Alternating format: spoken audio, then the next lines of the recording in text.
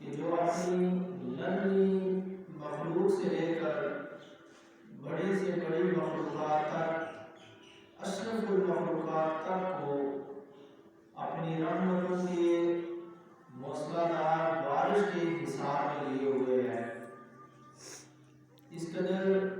عظیم رحیم اور کریم ذات جس کی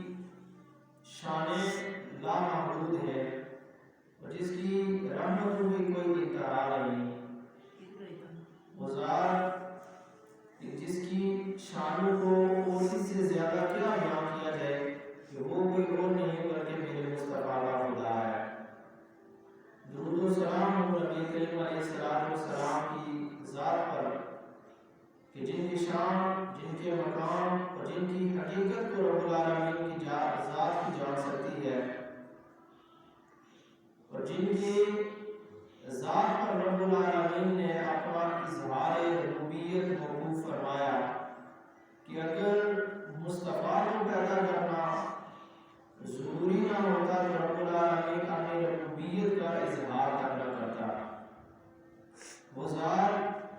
کہ جو کائنات کی ہر چیز کے لیے رحمت بن کر آئے ہے، جن کے صدقہ سے، جن کے وسیلہ سے اور جن کے واسطہ سے رب العالمین نے تمام انسانیت کو انسانیت کا شرف بخشا، انسانیت کی شناخت بخشی، اشرف المخلوقات کو بھائی چارہ جیسی عظیم نعمت عطا کی۔ درود و سلام حضور کی آل، اصحاب، ازواج، اہل بیت پر اور جمیع اولیاء امت پر، بزرگان دین پر، علماء، فقہاء، صلحاء، شہداء پر، مفسرین، محدثین، محققین، مجددین پر اور جمیع علماء امت پر کہ جنہوں نے دین اسلام کی سربلندی کے لیے اپنی جانوں کا نذرانہ پیش کیا اور جنہوں نے اپنی زندگیوں کو رب العالمین کی راہ میں بسر کیا اور رب العالمین کی راہ میں اپنی دنیاوی خواہشات کو قربان کیا۔ رب العالمین کا لطف و کرم، انعام، احسان اور اکرام ہے کہ اس کے فضل خاص سے، اس کی رحمت خاص سے آج کے مقدس یوم کے اندر، مقدس لمحات کے اندر عظیم عبادت جمعۃ المبارک کی ادائیگی کے لیے ہم اس کے گھر میں جمع ہیں۔ رب العالمین ہماری اس حاضری کو اپنی پاک بارگاہ کے اندر درجۂ قبولیت عطا فرمائے۔ گزشتہ جمعہ میں حضور علیہ السلام کے شان اور حضور علیہ السلام کا مقام کہ جو بیان کرنا لسان انسانی کے بس کی بات نہیں ہے اور جس کو سمجھنا فہم انسانی کی بات نہیں ہے، انسانیت ان کی شان کا ایک باب تک نہیں پڑھ کر اسے سمجھ سکتی کہ اس قدر عظیم شانیں ہیں۔ اس کے متعلق ہم نے مختصر سا جاننے کی کوشش کی تھی۔ تو رب العالمین نے حضور علیہ السلام کے ذکر کو اس قدر بلند کر دیا ہے کہ اس ذکر کو آپ کوئی کم نہیں کر سکتا۔ کائنات میں 1.25 لاکھ انبیاء اور مرسلین تشریف لائے ہیں اور ہر ایک نبی نے اور ہر ایک رسول نے اپنی اپنی استطاعت کے مطابق اور اپنی اپنی توفیق کے مطابق رب العالمین کی تعلیمات کو اپنے اپنے ادوار میں، اپنے اپنے دور میں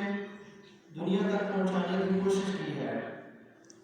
تو آپ نبی کو رب العالمین نے امتحانات میں بھی ڈالا ہے، تو سارے انبیاء کو آزمائشوں سے اور مصیبتوں سے گزرنا پڑا، لیکن رسول اللہ فرماتے ہیں کہ جس قدر مصیبتیں اور آزمائشیں رب العالمین نے مجھ پر نازل کی ہیں، کائنات میں اس کی کوئی مثال نہیں مل سکتی۔ اور اسی طرح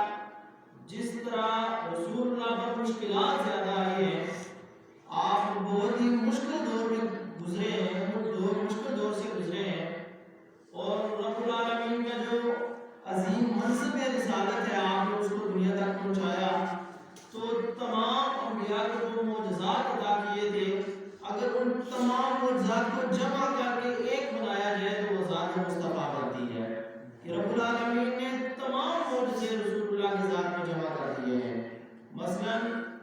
بے شمار انبیاء ہیں، حضرت داؤد علیہ السلام کے حوالے سے آتا ہے کہ انہیں رب العالمین نے یہ شان عطا کی ہوئی تھی کہ وہ لوہے کو نرم کر دیتے تھے، عیسیٰ علیہ السلام اردو کو زندگی عطا کر دیتے تھے۔ اسی طرح ہر نبی کا ایک اپنا اپنا کارنامہ اور اپنا اپنا معجزہ ہے، تو تمام معجزوں کو رب العالمین نے مصطفیٰ کریم کی ذات میں جمع کر کے آپ کو اس دنیا میں بھیجا ہے۔ حدیث پاک جو شفا شریف میں لکھی ہوئی ہے، حضرت وکیع بن فاض جو کہ رسول اللہ صلی اللہ علیہ وسلم کے صحابی ہیں، یہ رسول اللہ کی شان کے ضمن میں یہ عرض کر رہا ہوں۔ آپ فرماتے ہیں کہ ایک نوجوان تھا، ہم نے اپنی آنکھوں سے دیکھی ہے اس کی پیدائش، وہ عمر میں ہم سے چھوٹا تھا، وہ جب پیدا ہوا تو تب بھی ہم اس سے بڑے تھے، تو ہمارے دیکھتے ہی دیکھتے ہماری نظروں کے سامنے وہ دن بہ دن لڑکپن آیا، بچپن سے گزر کر پھر وہ جوان تک ہو گیا۔ لیکن رب العالمین کی یہ شان ہے، وہ جس کو جو چیز چاہے عطا کرے، جو چیز چاہے اسے لے لے، اسے محروم کر دے۔ رب العالمین نے اسے قوت گویائی نہیں عطا کی ہوئی تھی، وہ بات نہیں کر سکتا تھا۔ تو یہ صحابی رسول وکیع بن فاض کہتے ہیں کہ ہماری نظروں کے سامنے وہ جوان، وہ آدمی، وہ بچہ، وہ جوان ہو چکا تھا، لیکن ہم نے کبھی بھی نہیں دیکھا کہ اس نے اپنے منہ سے کوئی الفاظ ادا کیے ہو۔ تو جب اس کو رسول اللہ کی بارگاہ میں لایا گیا اور رسول اللہ کے سامنے اس کے اہل و عیال میں سے، اس کے وارثین میں سے، ان کے متولی کسی نے یہ عرض کی کہ یا رسول اللہ صلی اللہ علیہ وسلم کہ یہ جوان ہے، مسلمان ہے، مسلمان گھر میں پیدا ہوا ہے، رب العالمین نے اس کو انسانی شکل عطا کی ہے، خوبصورت چہرہ عطا کیا ہے، لیکن اس کے اندر ایک عیب ہے کہ یہ کچھ بول نہیں سکتا، یہ گونگا ہے، کہ رب العالمین نے اس کو قوت گویائی نہیں عطا کی ہوئی، یہ بول نہیں سکتا، یہ بولنے سے قاصر ہے۔ تو یہ صحابی رسول وکیع بن فاض رضی اللہ تعالیٰ عنہ آپ فرماتے ہیں کہ میں نے اپنی آنکھوں سے دیکھا کہ رسول اللہ نے اس جوان کو اپنے سامنے بٹھایا یا کھڑا کیا اور مخاطب کیا کہ اے جوان، اس بات میں کوئی شک نہیں کہ تو نے ساری زندگی اپنی زبان سے کوئی کلمہ، کوئی لفظ تک ادا نہیں کیا، لیکن آج تو میری بارگاہ میں آ گیا ہے، تو آج رب العالمین تجھے یقیناً یہ قوت عطا کرے گا کہ تو اپنی زبان سے کچھ بولے گا۔ تو وکیع بن فاض کہتے ہیں کہ رسول اللہ صلی اللہ علیہ وسلم نے فرمایا کہ میں تجھ سے ایک سوال کرتا ہوں، مجھے اس کا جواب تیرے اشارے سے نہیں، آپ جانتے ہیں کہ جو گونگے ہوتے ہیں وہ اشارے سے بات کر جاتے ہیں کیونکہ زبان سے بول نہیں سکتے۔ تو صحابی رسول کہتے ہیں کہ رسول اللہ نے فرمایا کہ مجھے اس کا جواب اشارے سے نہیں بلکہ تیری زبان سے چاہیے، تیری قوت گویائی سے چاہیے، جو سوال میں تجھے کر رہا ہوں۔ تو سوال کیا تھا کہ رسول اللہ صلی اللہ علیہ وسلم نے اس نوجوان کو مخاطب کر کے کہا کہ نوجوان تو یہ بتا کہ میں کون ہوں، کہ میری ذات کیا ہے، میری شان کیا ہے، میں کون ہوں، میں رب العالمین کا کس قدر قریب ہوں، تو میری تعریف اور ڈیفینیشن کر، اور میری شناخت جو تیرے ذہن میں ہے وہ اپنی زبان میں بیان کر۔ تو صحابہ رسول کہتے ہیں کہ جو ختم نبوت کا جو معاملہ ہے، وہ رسول اللہ کی جو رسالت کا معاملہ ہے، اس قدر عظیم منصب ہے کہ جب اس نوجوان نے یہ کہنے کا ارادہ کیا کہ رسول اللہ کو صرف یہ کہیں گے کہ آپ کوئی عام شخص نہیں بلکہ آپ اللہ کے رسول ہیں، اس نے یہ کہنے کا ارادہ کیا،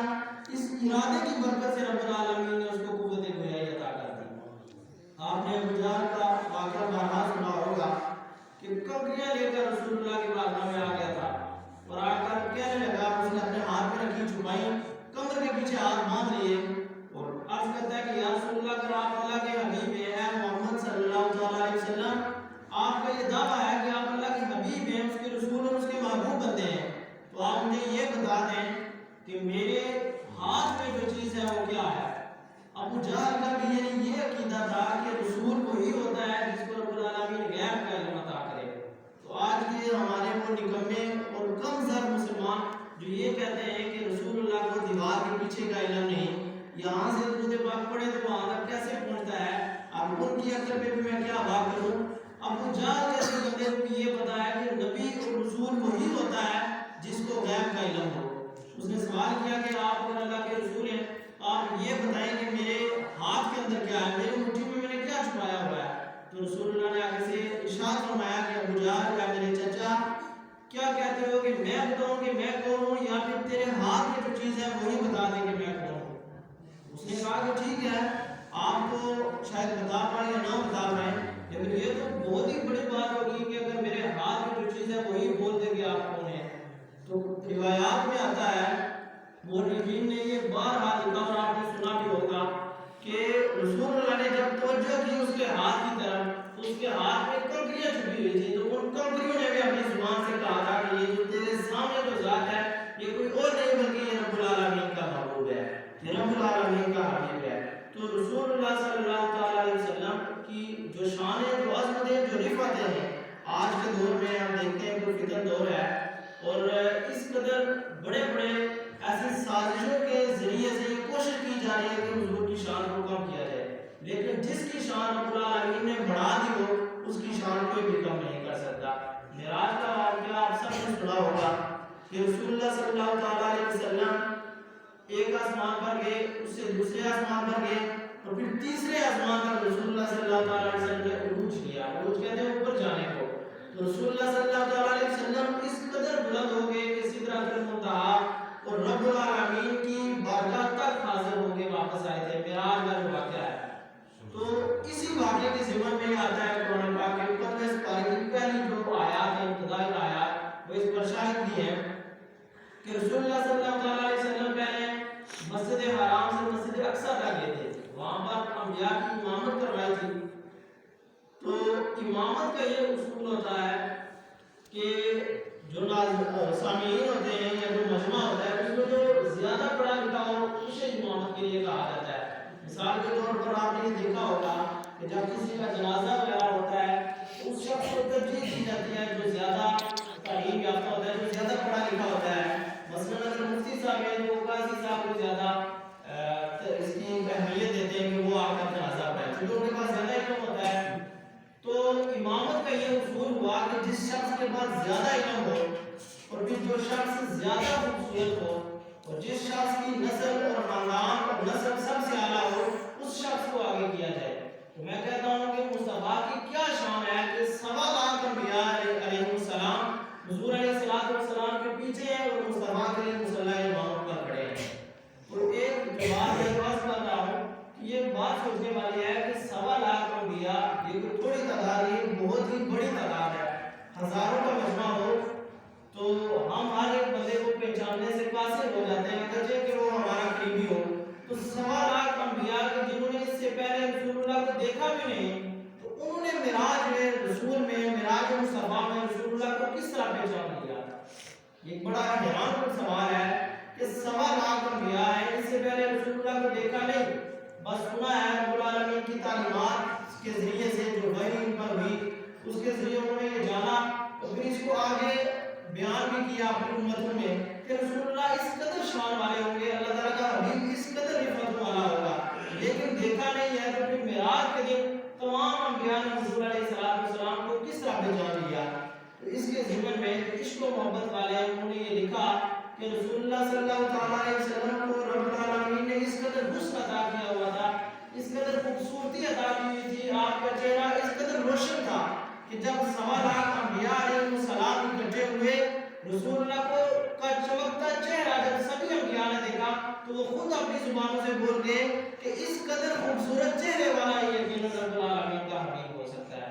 رب العالمین نے حضور علیہ السلام کا حسن ہو، حضور علیہ السلام کی سیرت طیبہ ہو، حضور علیہ السلام سے منسلک اور نسبت والی کوئی بھی چیز ہو، رب العالمین نے اس کو ایک الگ ہی قسم کی شان عطا کی ہوئی ہے۔ آپ دیکھیں قرآن پاک کی 27ویں پارے میں جو سورہ الرحمن ہے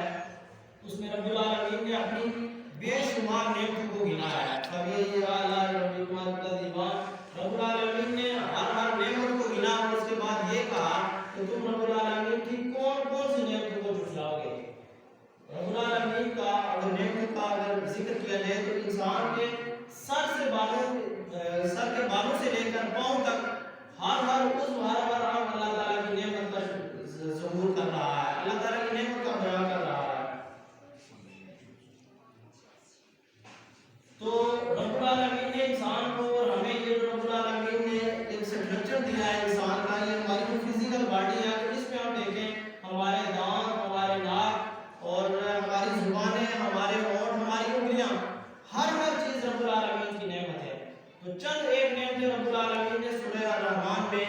بیان کی ہیں، لیکن رب العالمین نے اس قدر تاکید کے ساتھ بیان نہیں کی۔ لیکن جب حبیب علیہ السلام کے بیان کی باری ہے، جب رب العالمین نے حضور کی شان کو بیان کرنا چاہا، ان کے نام کو لوگوں پر عیان کرنا چاہا، تو رب العالمین نے بہت ہی زیادہ تاکیدیں کی۔ اس کی وجہ کیا ہے؟ اب میں یہ بتا دوں آپ کو کہ آپ نے یہ سنا ہوا ہے کہ قیامت کے دن جو مجرم ہوگا، انسان جو جرم کرے گا، مثلا اگر کسی نے اپنے ہاتھ کے ساتھ الٹا کام کیا ہوگا تو قیامت کے دن یہ بھی اسی کے خلاف گواہی دیں گے۔ اگر کسی نے اپنی زبان سے غیبت کی ہے تو غیبت کہے گی کہ دنیا میں تو نے زبان کہے گی کہ تو نے فلاں آدمی کی غیبت کی تھی۔ ہر روز سورہ یاسین کی آیات بھی اس پر شاہد ہے کہ الیوم نختم علی افواہہم وتکلمنا ایدیہم، کہ انسان کے ہونٹ اس دن ہر چیز کی گواہی دیں گے، وتکلمنا ایدیہم، اور اس کے ہاتھ بھی گفتگو کریں گے اور بات کریں گے، کلام کریں گے، اور بتائیں گے کہ تم نے ساری رات تم نے انٹرنیٹ پر رب العالمین کا اور اس کے رسول کا دین سیکھا ہے یا کہ دنیا سیکھی ہے، تم نے حلال کام کیا ہے یا حرام کام کیا ہے، ہر ایک چیز کی گواہی دیں گے۔ تو رب العالمین نے یہ بتا دیا کہ لوگوں تمہارے ہاتھ کی نعمت تو بہت بڑی ہے، اگر یہی اس کا اقرار کیا جائے تو بندہ نہیں کر سکتا، یہ بہت بڑی نعمت ہے، لیکن میں اس کا احسان اس قدر تاکید کے ساتھ اس لیے نہیں جتا رہا کہ یہ دنیا میں تو تمہارے کام آ رہے ہیں، لیکن کل قیامت کے دن یہ تمہارے خلاف گواہی دیں گے۔ تو مصطفیٰ علیہ السلام کا جو مقام ہے اور یہ جو نعمت میں نے تمہیں عطا کی ہے، اس کا میں بار بار تاکید کے ساتھ ذکر اس لیے کر رہا ہوں کہ کل قیامت کے دن جب تمہارے اپنے ہاتھ، تمہارا اپنا جسم، تمہاری اپنی زبانیں، تمہاری اپنی آنکھیں تمہارے خلاف گواہی دے رہے ہوں گے، تو مصطفیٰ کریم علیہ السلام اس وقت بھی تمہاری شفاعت کے لیے گشا ہوں گے۔ رب العالمین نے حضور علیہ السلام کی صورت میں ہمیں ایک عظیم ہمیں سمجھے کہ رب العالمین نے شان عطا کی ہے، اور ہماری جس قدر شانیں ہیں، ہماری پگڑی کے جو قد سال اونچے ہیں، ہمارے جبے، ہماری دستاریں، اور ہماری جس قدر بھی مقام اگر لوگوں میں کچھ ہے وہ رسول اللہ صلی اللہ علیہ وسلم کی عزت کے ساتھ منسوب ہے۔ رب العالمین حضور علیہ السلام کو اس قدر عظیم شان عطا کی کہ اگر بیان کی جائے امام وسیع جنہوں نے مشہور قصیدہ بندہ شریف لکھا، مولا صلی وسلم دائما، آپ اکثر پڑھتے ہوئے سنتے رہتے ہیں، آپ اس میں فرماتے ہیں، ایک شعر ہے، آپ فرماتے ہیں کہ رسول اللہ کی شانیں رب العالمین نے پوشیدہ رکھی ہیں، اگر ظاہر کر دیتا تو نام مصطفیٰ پڑھ کر اگر کسی ہڈی پر بھی پھونک دیا جاتا تو اللہ تعالیٰ اس کو بھی دوبارہ جان عطا کر دیتا۔ وہ شانیں رب العالمین نے پوشیدہ رکھی ہوئی